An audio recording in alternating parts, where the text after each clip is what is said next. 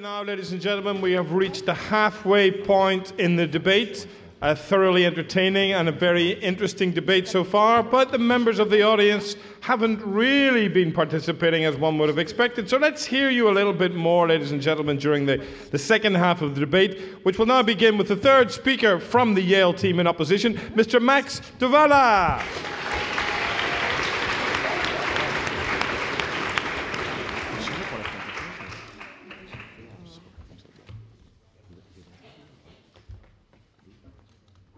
All right. I would first like to thank everyone. I know I speak for the entire Yale team when we say it's a true honor to be debating here in Paris in front of all of you, and we're very grateful for this opportunity. We're grateful to our opponents and our judges and our audience, so thank you all. That said, I want to start off with a little bit of refutation, because I feel that actually a lot of the analysis that side proposition in this debate has given you has been predicated on one false assumption, one logical fallacy.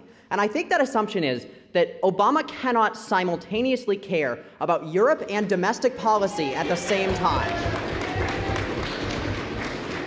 We on the Yale team would beg to differ with that. So they talk about Obama's campaign promises, and they talk about the issues that they concede he has made most important to the American people. Things like the financial crisis, which came up a lot in our last speech, and I'll talk about the questions that we've asked them about that, and also things like the fight against terrorism and the wars that the United States is currently engaged in. What we would tell you is that these issues are inherently global in their nature. And you're never going to see United States monetary policy or fiscal policy alone resolve the financial crisis. Just like you're never going to see unilateral United States action resolve the wars. I think we all learned a lesson from that with Iraq.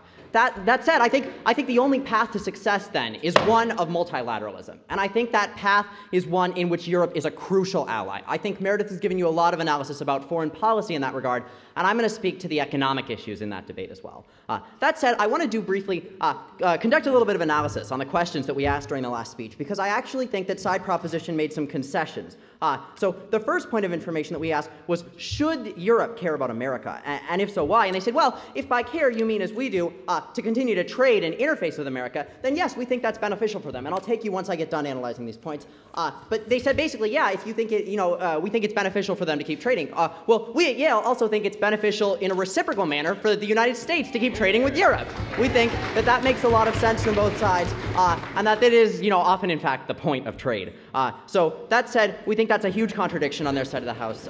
The other argument that we asked, though, we said, and I'll take you once I get done analyzing these two questions that we've asked you. The other question that we've asked is this idea of whether the global financial crisis is in fact global in its scope and whether one country could address it. And they concede that yes, it certainly isn't limited to the United States, and while it may have started there, that certainly is not where it's ended up. So I think at that point, you're never going to see it solved by domestic policy in the United States. And if Obama really wants to make good on those promises, if he really wants to quell that opposition, he needs to engage with other countries. And I'll take that point now.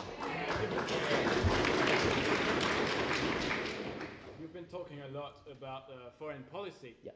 Well, we Europeans have recently nominated a head of foreign policy, and I know Mrs. Clinton's name, but do you know the name of the head of European foreign policy? In the EU? Yes.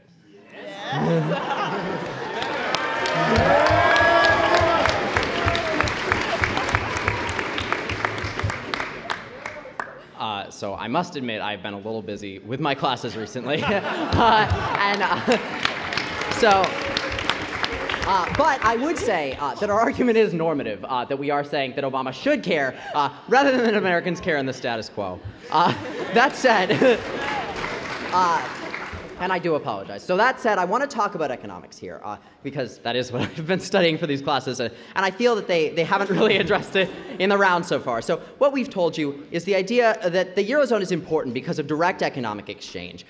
So I think the first idea under this is the notion of interrelated financial markets. So if Europe crashes, and they've conceded this, Obama cares because of the connections between our economies.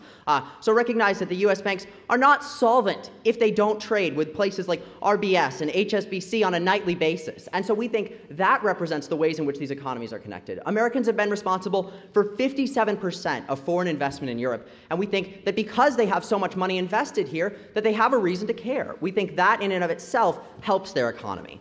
We'd also talk to you about the notion of trade, with the idea of a bilateral trade between the US and the EU amounting to over $1 billion per day.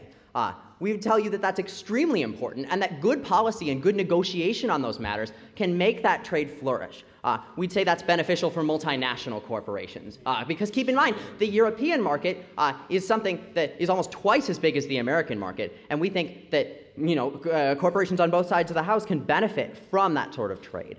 We'd also tell you that under currency exchange, the idea is that we care about the success of the euro and its value vis-a-vis the dollar because that affects demand for exports and imports from both countries.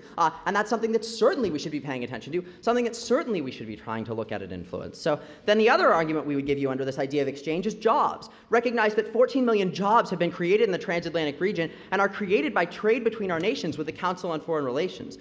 So these jobs exist almost exclusively in these high-level professional areas. They have above-average salaries, and we think that that's beneficial for everyone. I'm afraid I can't take it. It's in protected time now.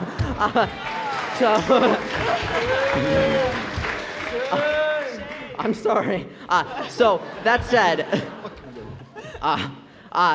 said, we would say that this is particularly important given high unemployment in both of those regions, that is something that the financial crisis can really motivate us to care about. We would also talk about how bailouts do matter here, and that's our other argument with the financial crisis. So recognize that we don't know the exact direction that new policies will take, neither the US nor the EU's, but we know that this is a global financial crisis. So for that reason, one, we should obviously be paying attention to each other's policies. That means the United States caring about the EU, but we should also coordinate our policies to try and fight this in the same way, to make sure we're not contradicting each other's objectives, to make sure that we're actually resolving this problem on a global level. We think that's especially true because the US and the EU were affected in very similar ways by the financial crisis. And for that regard, then, we think that they have a lot to gain from an alliance in this regard, a common front to fight the financial crisis. And that's something that can quell not only international issues, but also domestic issues on both fronts.